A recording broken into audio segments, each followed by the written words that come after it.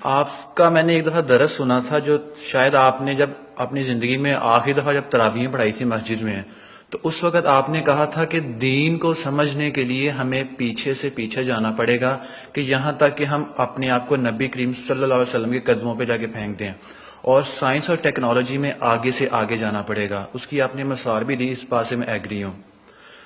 جب میں اس آپ نے ایک مثال بھی دی تھی کہ سائنس میں آگے سے آگے جانا چاہیے، تو میں نے اکثر دیکھا ہے اس فیلڈ میں آ کے کہ جتنے بھی علماء کرام ہیں، جب وہ ہر ایک کہتا ہے کہ آپ ابو حنیفہ کو فالو کر لیں، امام مالک کو فالو کر لیں، امام شافعی کو فالو کر لیں، میں آپ سے یہ پوچھنا چاہتا ہوں کہ ہم یہ کیوں نہیں کہتے کہ حضرت ابو بکر صدیق کو فالو کر لیں، عثمان کو فالو کر لیں، علی کو فالو کر لیں؟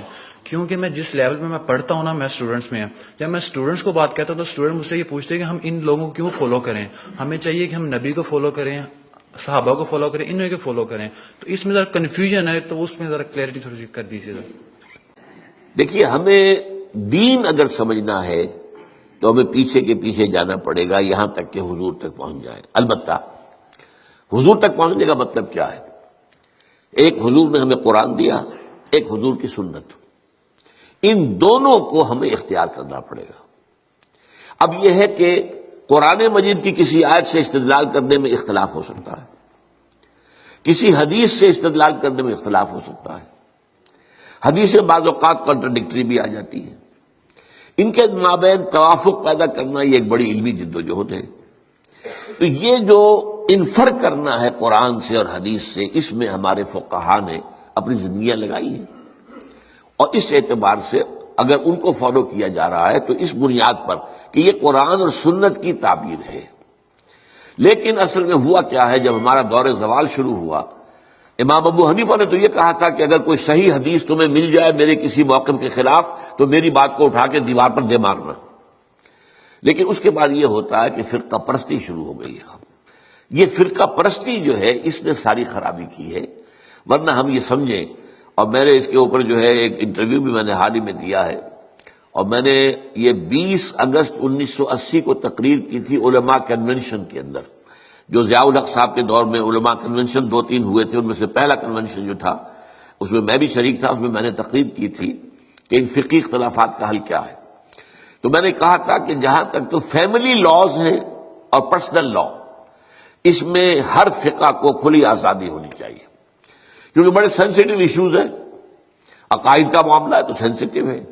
اب نماز میں فرض کیجئے یا روزے کے اندر اگر آپ طے کر دیں فلاں وقت پر روزہ کھولنا ضروری ہے، تو ہو سکتا ہے کسی فقہ کے نزدیک اس وقت روزہ کھولنا درست نہ ہو، تو ان چیزوں کو تو چھوڑ دیا جائے لوگوں کے فقوں پر، let them do what they want to do۔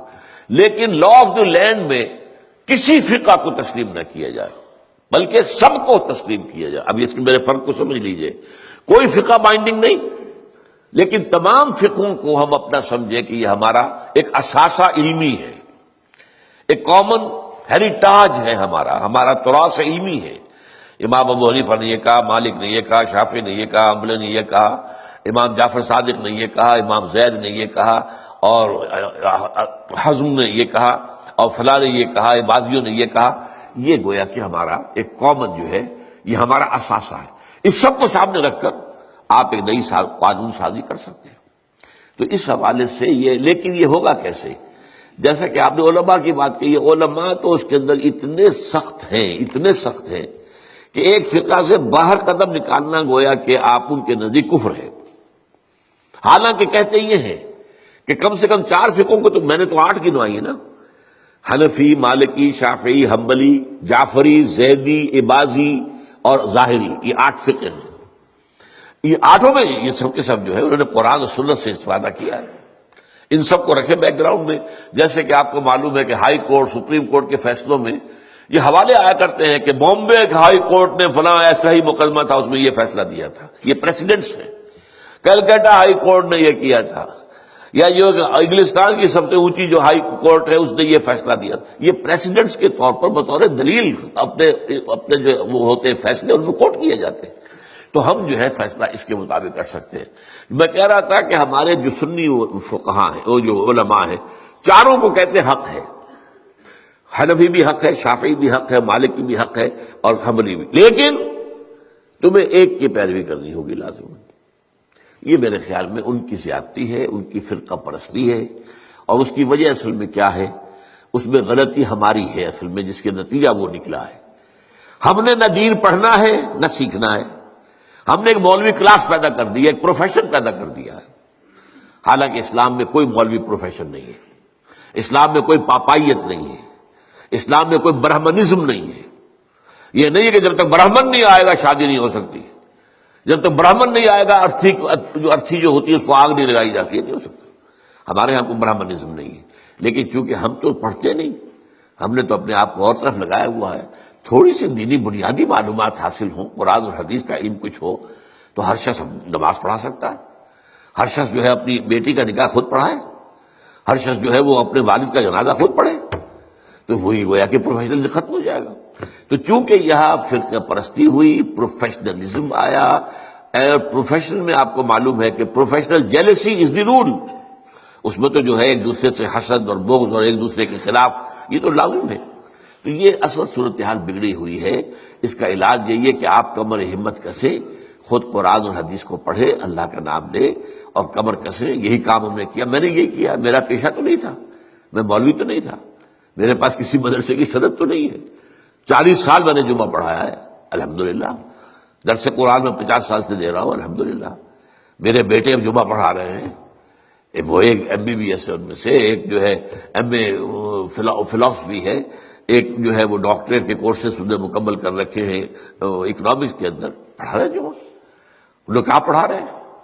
تو یہ کام کرنا جو ہے اس کی طرف زیادہ توجہ ہونی چاہیے پازیٹیولی۔ باقی جو کچھ ہے اس کا آپ کا مشاہدہ صحیح ہے، وہ غلط بات آپ نہیں کہہ رہے۔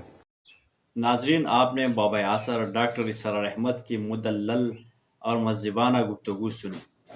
آپ کو یہ بھی واضح ہوا کہ ہمارے جو مسائل بگڑے ہوئے ہیں یہ انتہا پسندی اور فرقہ پرستی کی وجہ سے بگڑے ہوئے ہیں۔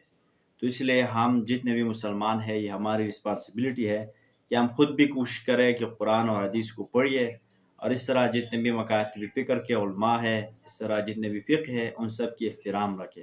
حتیٰ کہ ڈاکٹر صاحب نے تو یہ واضح کیا کہ فقہ کی تعداد 8 تک ہے، تو ہم نے سب کی احترام کرنی ہوگی، اور یہ سوچ ہم نے جو ہے ایراڈیکیٹ کرنا ہے کہ بس جس فقہ سے میرا تعلق ہے آپ سب نے اس کو پڑھنا ہے، اس کے اوپر چلنا ہے۔ نہیں، آپ کا تعلق کسی دوسرے فقہ سے بھی ہو سکتا ہے۔ حتیٰ کہ ہم مسلمان ہیں تو ہمارے دل میں ساری انسانیت کے لیے احترام و محبت ہونی چاہیے۔